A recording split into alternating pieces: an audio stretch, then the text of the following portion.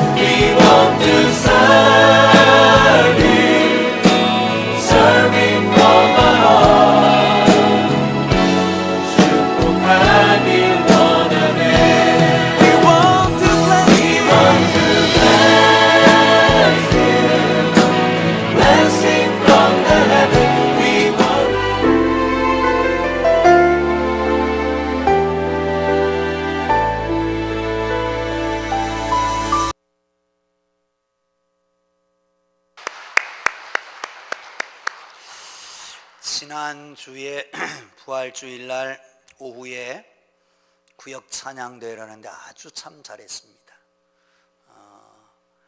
1등부터 시작해서 5등까지, 일단 3등까지는 다음 주부터 모시도록 하겠습니다. 다음 주부터 헌금송 할 때 나오셔서 준비해서 찬양을 해주시면 감사하겠습니다. 미리 우리 한번 박수 한번 해주실까요? 감사합니다. 스펄전 목사님이 어느 날 길을 가는데 짓궂은 소년 하나가 새장을 들고 새장 안에 있는 새들을 괴롭히고 있었습니다. 막 꼬챙이로 찌르고 막. 야, 너 그거 그러다가 어떻게 하려고 그러냐? 죽여버리죠. 그래서 너 그거 나한테 팔래? 아니요, 팔아라. 2파운드 주시겠어요? 뭐 2파운드가 지금은 한 3,000원, 4,000원 정도 될지 모르지만 그 당시에는 비쌌던 것 같아요. 돈이 가치가. 2파운드를 주고 샀습니다. 3장을 열어서 내보냈습니다.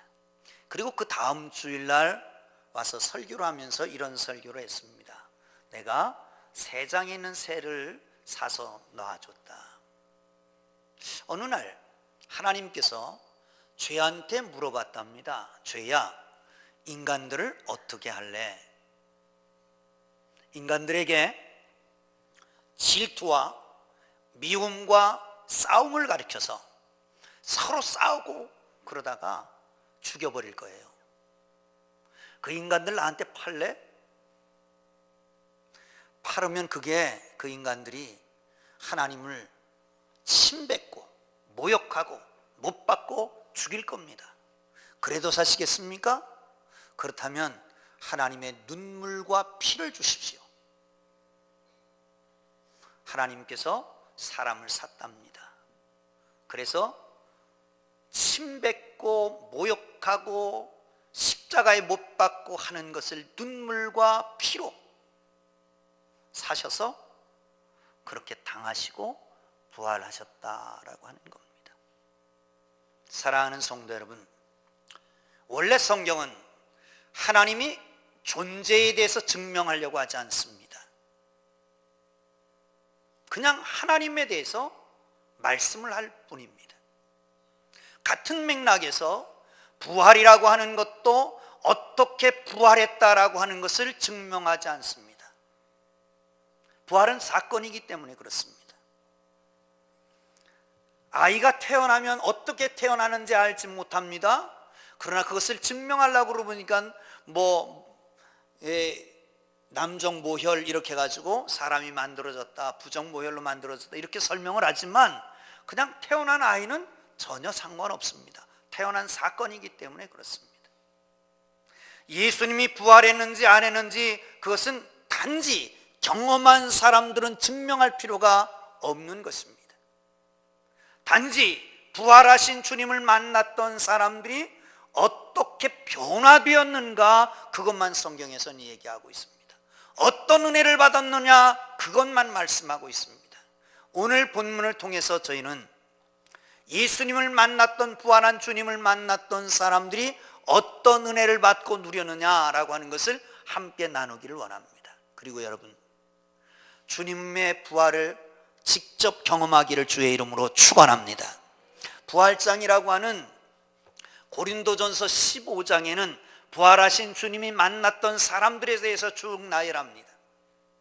게바에게 보이시고 12제자에게 보이시고 500의 형제에게 보이시고 야고보에게 보이시고 그리고 만삭되어 나지 못한 자 같은 내게도 보이셨다라고 바울이 그렇게 말하고 있습니다. 모든 사람들은 예수님이 부활한 다음에 40일 동안 세상에 계시면서 만났던 사람들입니다. 그런데 단 한 사람, 맨 마지막 만삭되어서 하지 못한 자 같은 나 바울은 다른 사람입니다. 이미 예수님은 승천하고 안 계신데 만났다라고 하는 겁니다. 사랑하는 성도 여러분, 그렇다면 그 이후에 누군가가 또 올 수 있습니다. 그 후에 누군가가 계속될 것입니다. 그 중에 여러분의 이름을 넣어보시면 안 되겠습니까?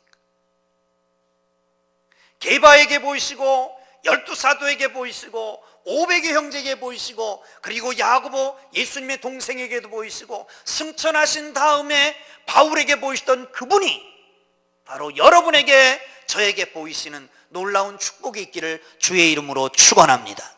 부활절 둘째 주일입니다. 여러분, 오늘도 못 만난다면, 우리의 삶의 현장에 만나지 못한다면 우리에게 은혜가 적을 수밖에 없습니다. 주님을 만났던 사람들이 누렸던 그 은혜가 여러분 모두에게 있기를 주의 이름으로 축원합니다. 26절을 보겠습니다. 시작. 여드레를 지나서 제자들이 다시 집안에 있을 때에 도마도 함께 있고 문들이 닫혔는데 예수께서 오사 가운데 서서 이르시되 너에게 평강이 있을지어다 하시고 아멘. 문이 닫혔는데 아니라 문들이 닫혔는데입니다. 복수로 되어 있습니다. 문이란 문은 다 닫았다는 겁니다. 2중 3중으로 겹겹이 다 잠궜습니다. 그런데 걸어 잠근 것이 다락문만이 아니라 다락방 문뿐만이 아니라 걸어 잠근 것은 그들의 마음이었습니다. 그들의 눈도 잠겨 있었습니다. 두려움에 떨고 있었습니다. 이때 예수님께서 찾아오셨습니다. 문을 두드리는 것도 아니고 문을 열어준 것도 아니고 문을 부수고 들어오는 것도 아니고 제자들 가운데 떡하니 서게 되었습니다. 그런데 아무도 알아보지 못합니다. 왜요? 문만 잠근 게 아니라 눈도 잠겼고 마음도 잠겨 있었기 때문입니다. 그때 주님께서 말씀하십니다. 너에게 평강이 있을지어다. 할렐루야. 여러분, 평안이 있기를 주의 이름으로 축원합니다. 예배를 드리고 있는데도 불안합니까? 걱정이 되십니까? 근심에 쌓여 있습니까? 두려움이 있습니까? 뭔가 예배를 드리면서도 차분함이 없이 뭔가 이런 두려움과 걱정과 근심에 쌓여 있습니까? 무엇 때문에 그럴까요? 학생들은 공부하는 거 시험 때문에, 요즘 중간고사 기간이죠. 시험 때문에 두려워하고, 대학 다니는 아이들은 취업 때문에 두려워하고, 대기업에 다니면 조기 은퇴 때문에 두려워하고, 사업하는 사람들은 사업이 안 될까 두려워하고, 결혼 정년기에 있는 사람 결혼 때문에, 뭐 좌우간 두려움을 따지려고 그러면 보통 많은 것이 아니잖아요. 그런데 그 중에 오신 예수님은 그들에게 평강을 선언하십니다. 여호와 샬롬의 축복이 여러분에게 있기를 주의 이름으로 축원합니다. 옆에 사람 한번 보시죠. 이렇게 하라고 그랬더니 이게 좀 안 좋은 것 같아요. 샬롬 그랬더니 안 좋은 것 같아. 손을 꼭 잡고 눈을 똑바로 보고 여호와 샬롬, 시작. 여호와 샬롬. 샬롬. 할렐루야. 하나님의 평강이 여러분에게 있기를 주님 이름으로 축원합니다. 이 샬롬이라고 하는 평강은 안녕하세요 정도의 평강이 아닙니다. 이 샬롬의 평강은 존 더럼이라고 하는 사람이 이런 얘기를 했습니다. 샬롬이란 우리를 둘러싼 모든 삶의 마당, 모든 인간관계 속에서 총체적으로 궁극적으로 경험하게 되는 충만함과 온전한 은혜의 상태다. 다시 말하면 이런 겁니다. 우리 둘러싸는 모든 환경과 모든 인간관계, 모든 일들 속에서 모든 것이 다 채워진 것, 그게 샬롬이라는 거예요. 전쟁을 하는 사람이 전쟁이 이긴 게 승리고요, 그게 샬롬이고요. 가난하고 힘든 사람은 그 해방된 게 샬롬입니다. 뿐만 아니라 여러분, 두려운 건 있으면 두려움에서 해방되는 것, 그게 샬롬입니다. 어떤 것이 여러분을 괴롭히고 있습니다. 그것을부터 해방되는 그것이 샬롬입니다. 사랑하는 성도 여러분, 무엇이 우리를 얽어매고, 무엇이 우리를 옥죄오고, 무엇이 우리를 그냥 꼭 붙잡고 그리고 있습니까? 오늘 이 시간 주님께서 주시는 진정한 평안이 있기를 주의 이름으로 축원합니다. 할렐루야. 케이체프 노이드라고 하는 사람에게는 6가지 감옥이 있대요. 그런데 그 감옥으로부터 탈옥하지 않으면, 탈출하지 않으면 진정한 평안이 없답니다. 오늘 이 시간에 부활하신 주님께서 그 감옥문을 열고 탈출시키기를 주의 이름으로 축원합니다. 여러분에게 어떤 감옥에 갇혀 있는지 한번 생각해 보세요. 첫째는 공주병 감옥이래요. 공주병만 하니까 남자들은 없는 줄 알죠? 자기가 제일 이쁘다, 제일 잘났다 생각하는 그 뭐라고 그러죠? 자기 도취에 대한 감옥에 쌓여 있습니다. 두 번째는 비판의 감옥입니다. 타인의 많은 장점은 보지 못하고 단점만 지적하는 거예요. 이런 감옥. 세 번째 감옥은 절망의 감옥입니다. 항상 세상을 암담하게 봅니다. 만사가 절망적으로만 봅니다. 희망을 보지 못합니다. 그런 감옥에 갇혀 있습니다. 네 번째 감옥은 과거 지향적인 감옥입니다. 옛날이 좋았지, 항상 오르는 나쁘고 어제는 좋았다고 해석하는 새로운 것을 보지 못하는 감옥입니다. 다섯 번째 감옥이 있습니다. 타인 선망의 감옥입니다. 다른 사람이 가진 건 다 좋아 보이고 내 거는 다 좋지 않게 보이는 감옥입니다. 여섯 번째 감옥, 시기 질투의 감옥입니다. 다른 사람이 잘 되는 것 보지 못하는 겁니다. 그냥 보아 넘기지 못하는 겁니다. 그런 감옥입니다. 6가지 감옥. 여러분, 공주병 감옥, 두 번째는 비판의 감옥, 절망의 감옥, 과거지향의 감옥, 타인선망의 감옥, 시기질투의 감옥. 어디에 속해 있습니까? 제가 설교 준비를 하면서 이것을 체크하면서 봤어요. 그랬더니 나는 6가지 감옥에 다 갇혀 있다 생각이 들더라고요. 여러분 안 그렇습니까? 근데 대부분이 이 6가지 감옥에 다 갇혀 있어요. 그런데 예수님께서 오셨습니다. 그리고 그에게 선포하십니다. 평안할지어다. 여호와 샬롬의 축복이 여러분에게 있어서 모든 감옥으로부터 탈출하고 모든 옥죄인 것으로부터 해방되기를 주님의 이름으로 축원합니다. 할렐루야. 22절을 보겠습니다. 시작. 이 말씀을 하시고 그들을 향하여 숨을 내쉬며 이르시되 성령을 받으라. 아멘. 예수님께서 성령 받으라 라고 말씀하십니다. 그러면 왜 성령을 받아야 될까요? 성령 왜 받아야 될까요? 받아도 되고 말아도 될까요? 명령이면 받아야 되는 거잖아요. 명령을 시행하지 않으면 명령 불복종죄에 걸리는 겁니다. 명령했으면 그걸 그대로 시행해야 됩니다. 그런데 왜 하필이면 성령 받으라 라고 말씀하셨을까요? 누가복음 11장 13절에 보면 너희가 악할지라도 좋은 것으로 자식에게 줄 알거든 하물며 하늘에 계신 아버지께서 구하는 자에게 성령을 주시지 않겠느냐. 세상의 아버지는 자식에게 좋은 걸 줍니다. 하늘의 아버지도 가장 좋은 걸 줄 압니다. 하늘의 아버지가 가장 좋은 걸 주는데 그 가장 좋은 게 뭐예요? 그게 성령이에요. 할렐루야. 그러므로 여러분 가장 좋은 것 성령을 받기를 주의 이름으로 축원합니다. 축원합니다. 초대교회 성도들은 이 명령을 듣고 다락방에 올라가서 하나님 앞에 전심을 다해서 기도하다가 초대교회 오순절에 성령이 충만함이 임했습니다. 할렐루야. 초대교회는 지혜와 성령이 충만한 사람들 중에서 7을 선택해서 집사를 세웠습니다. 그 중에 하나 스데반은 복음을 증거하다가 돌 들고 죽이려고 하는 그들 앞에서도 성령이 충만해졌습니다. 천사를 봅니다. 하늘은 보좌 우편에 서신 하나님을 봅니다. 사랑하는 성도 여러분, 바울은 아라비아 광야에서 성령 충만함을 받고요, 사마리아에서는 베드로와 요한이 안수하니까 성령의 충만함이 있습니다. 고넬료는 말씀을 듣는 중에도 성령의 충만함을 받습니다. 저 에베소 교회는 바울이 가서 복음을 증거하고 안수하니까 성령의 충만함이 임했습니다.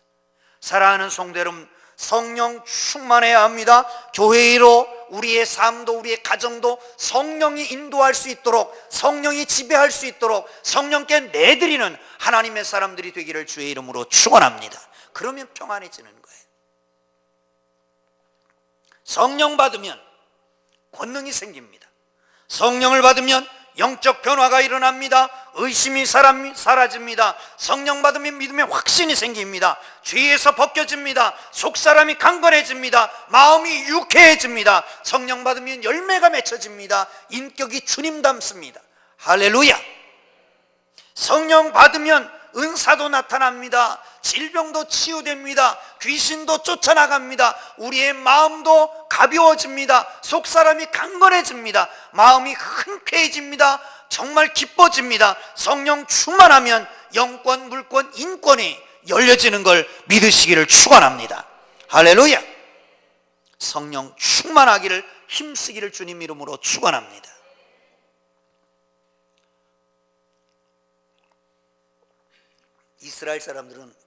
이스라엘 사람들은 아이가 어머니 모태에서 태어날 때 으앙 하고 울잖아요. 그때 하나님께서 영을 불어넣는다 이렇게 믿었습니다. 그러니까 그 전까지는 어머니에게 의존해 있던 아이가 태어나면서 하나님의 영을 불어넣는 거예요. 그러면서 한 개체가 되는 거지. 마찬가지로 흙으로 사람을 빚으시고 그 코에 생기를 넣으니까 생명이 되었더라 그렇게 말하잖아요. 여러분, 육체만 가지고 되는 게 아닙니다. 육체만 가지고 되는 게 아닙니다. 우리 속에 하나님의 영을 불어넣어야 그때부터 새로운 피조물이 되는 걸 믿으시기를 축원합니다. 할렐루야. 그러므로 성령 충만받지 않으면, 성령의 인도를 받지 않으면, 성령 안에 거하지 않으면 우리는 아무것도 할 수가 없어요. 그러니까 불안하고, 그러니까 힘들고, 짜증나고 힘든 거예요. 우리 주님이 말씀하십니다. 성령을 받으라. 할렐루야. 할렐루야. 자, 27절 한번 더 봅니다. 시작. 도마에게 이르시되 내 손가락을 이리 내밀어 내 손을 내밀어 내 옆구리에 넣어보라. 그리하여 믿음 없는 자가 되지 말고 믿는 자가 되라. 아멘. 여러분, 의심은 모든 걸 잃어버립니다. 하나님의 말씀을 의심했던 아담과 하와는 선악과를 따먹고 죄를 짓고 에덴 동산에서 쫓겨납니다. 예수님을 의심했던 가룟 유다는 예수님을 팔고 결국은 돈을 갖다가 성전에다 뿌리고 목매어서 죽고 맙니다. 의심은 우리가 가지고 있는 걸 잃어버립니다. 부부간에 의심을 하면 정신병이 생깁니다. 소위 의부증, 의처증입니다. 가정이 파괴됩니다. 부모를 의심하고 자녀를 의심하면 관계가 깨지는 겁니다. 교회 안에서 성도를 의심하면 교회에 시험이 생깁니다. 직장에서 아랫사람을 의심하면 아무것도 시킬 수가 없어요. 그러니까 결국은 답보 상태로 가든지 퇴보될 수밖에 없습니다. 상사를 의심하면 그 밑에서 무슨 직장 생활을 하겠습니까? 다 잃어버리는 겁니다. 다 잃어버리는 겁니다. 의심이. 파는 사람을 의심하면 뭘 사서 먹겠습니까? 상대방을 의심하고 속는다고 생각하면 불안해서 어떻게 함께 만나고, 어떻게 함께 대화하고, 어떻게 함께 음식을 먹고, 어떻게 함께 자리하겠습니까? 다 깨지는 게 의심입니다. 예수님이 나타나셨는데 그 밤에 그 중에 도마가 없었습니다. 의심하기 시작합니다. 아니, 어떻게 믿어? 사람이 죽었다고 어떻게 살아? 제자들은 도마에게 대해서 야, 네가 뭐라고? 우리 다 봤다, 다 봤어. 한 사람이 본 게 아니라 여기 10사람이 다 봤어. 그런데도 못 믿냐? 한심했을 겁니다. 그런데 도마는 믿을 수가 없습니다. 그래서 예수님이 나타나셨습니다. 그리고 말씀합니다. 너 못 믿겠냐? 도마야, 이리 와봐. 손을 여기다 넣어봐. 손가락을 옆구리에 넣어봐. 그리고 믿음 없는 자가 되지 말고 믿는 자가 되라.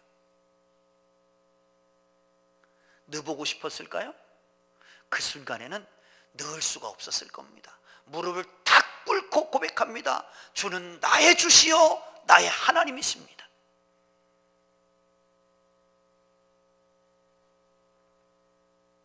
그리고 그가 인도로 복음 증거하러 가잖아요. 거기서 순교를 당합니다. 사지가 다 찢겨지는 순교를 당합니다. 그리고 거기 갔더니 도마교회라고 하는 교회가 생겼답니다. 예수님을 말씀하십니다. 내가 보고야 믿느냐? 보지 않고 믿는 자가 더욱 복되도다.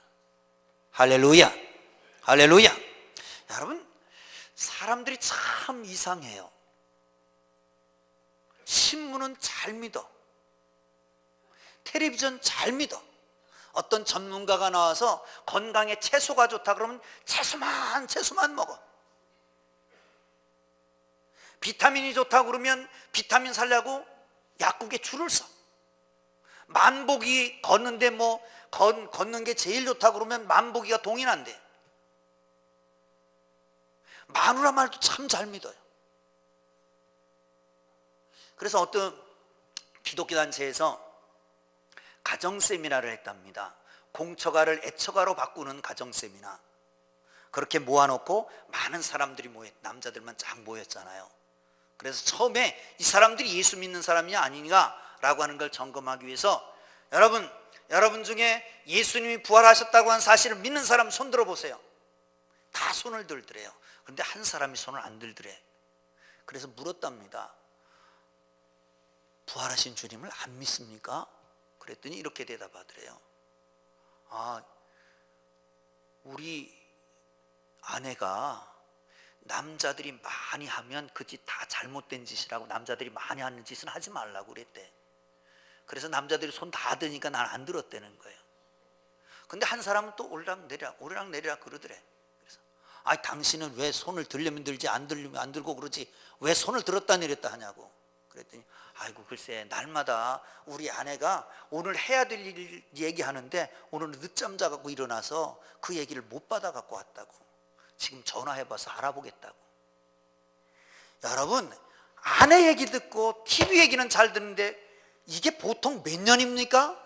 수천 년 되어오면서 진리의 말씀인 이 성경은 안 믿는 거예요. 왜 안 믿는 것입니까? 믿음 없는 자가 되지 말고 믿는 자가 되시기를 주의 이름으로 축원합니다. 할렐루야, 할렐루야. 마지막으로 21절 보겠습니다. 시작. 예수께서 또 이르시되 너에게 평강이 있을지어다. 이 아버지께서 나를 보내신 것 같이 나도 너희를 보내노라. 아멘. 각 복음서에서 부활하신 주님이 마지막 명령을 하십니다. 파송하십니다. 그런데 이 보낼 때 각각 조금 다릅니다. 마가복음에서는요, 권세를 주십니다. 귀신을 쫓아내고 병든 자를 낫게 하고 독을 마셔도 해당하지 않고 독사를 집어도 물지 않고 이런 특권을 주면서 가라고 명령하십니다. 그런데 마태복음에서는 하늘과 땅의 모든 권세를 내게 주셨으니, 예수님이 하신 말씀입니다. 모든 족속으로 제자를 삼아 아버지와 아들과 성령의 이름으로 세례를 베풀고 내가 내게 분부한 모든 것을 가르쳐 지키게 하라. 볼지어다 내가 세상 끝날까지 너희와 함께 있으리라 말씀하십니다. 그리고 오늘 본문에서는 평안을 주십니다. 평안할지어다 말씀하시며 아버지께서 나를 보낸 것 같이 나도 너희를 보내노라. 여러분, 보냄받은 사람은 보낸 분의 권위를 갖습니다. 다시 우리나라에 보면 많은 대사관이 있습니다. 그죠? 미국 대사관도 있고 일본 대사관도 있고 중국 대사관도 있고, 그런가 하면 저 티니지 대사관도 있고, 조그만 나라의 대사관도 있고 큰 나라의 대사관도 있습니다. 대사관은 다 똑같고 사람은 다 똑같지만, 그런데 미국이나 일본이나 중국의 대사들은 힘이 있습니다. 왜요? 보낸 미국과 일본과 중국의 힘이 있기 때문에 그런 겁니다. 아버지께서 나를 보내신 것 같이 나도 너희를 보내노라. 내가 보냄받았는데 나의 권위는 하나님께로부터 오는 권위다. 내가 너희를 보내는데 너희의 권위는 내 권위다. 예수님의 권위를 보낸다는 것입니다. 사랑하는 성도 여러분, 우리가 파송받아서 가는 그곳은, 우리가 파송받아서 하는 그 일은 하나님의 권위, 예수님의 권위를 가지고 하는 것을 믿으시기를 축원합니다. 하늘과 땅의 모든 권세를 가지고 가는 것을 믿으시기를 축원합니다. 할렐루야. 여러분, 보냄받았다라고 하는 것은 어디에 보냄받은 겁니까? 우리는 이미 보냄받았고 앞으로도 보냄받아야 할 것입니다. 태어난 것 자체가 보냄받은 것입니다. 내가 있는 곳이 보냄받은 것입니다. 내 가정이 보냄받은 것이고, 내가 일터에 보냄받은 것이고, 내 캠퍼스에 보냄받은 것이고, 내가 있는 그곳이 바로 보냄받은 곳입니다. 사랑하는 성도 여러분, 내 가족들, 부모, 형제, 일가, 친척, 부부간에 보냄받았습니다. 사랑하는 성도 여러분, 내 일터에 직장 동료, 선후배, 나아가서 상사, 밑에 후임까지 모두 우리가 보냄받은 사람들이다. 할렐루야. 믿으시기를 축원합니다. 축원합니다. 할렐루야. 그런데 보냄 받을 때는 권위를 주서 파송합니다. 요한 웨슬레는 말합니다. 나는 말씀 중에 가장 아름답고 가장 귀하고 가장 존귀한 말씀이 있다. 그것은 뭐냐면 세상 끝날까지 하나님이 너와 함께 하신다라고 하는 이 약속이라는 겁니다.